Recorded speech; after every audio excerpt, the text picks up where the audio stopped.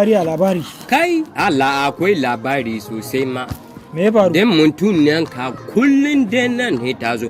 Ko dazin nan he da ta zo gurin nan. Ɗazu ma sai da ta zo? Dazun nan fa. Yale ta ɗan gwari. Kafa mutum nan ka nan ta taho. Ka ce mata ban da lafiya ko tashi ba na yi. Kakka sake ka ce mata lafiya ta kalau. Ka ce ban da lafiya ko motsi ba na yi. Ba ka da ke sanan ta.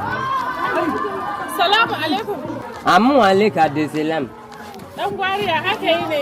Me ya sami mutumin? Allah mutumin nan yau na je hanya aka bigo da waya aka ce min wasu sun bige shi. Shi ne nan muka ɗauko shi da ƙir muka kawo shi nan don ko tashi ma bai iya yi. Dama kuɗin nan ne suka samu naira 300.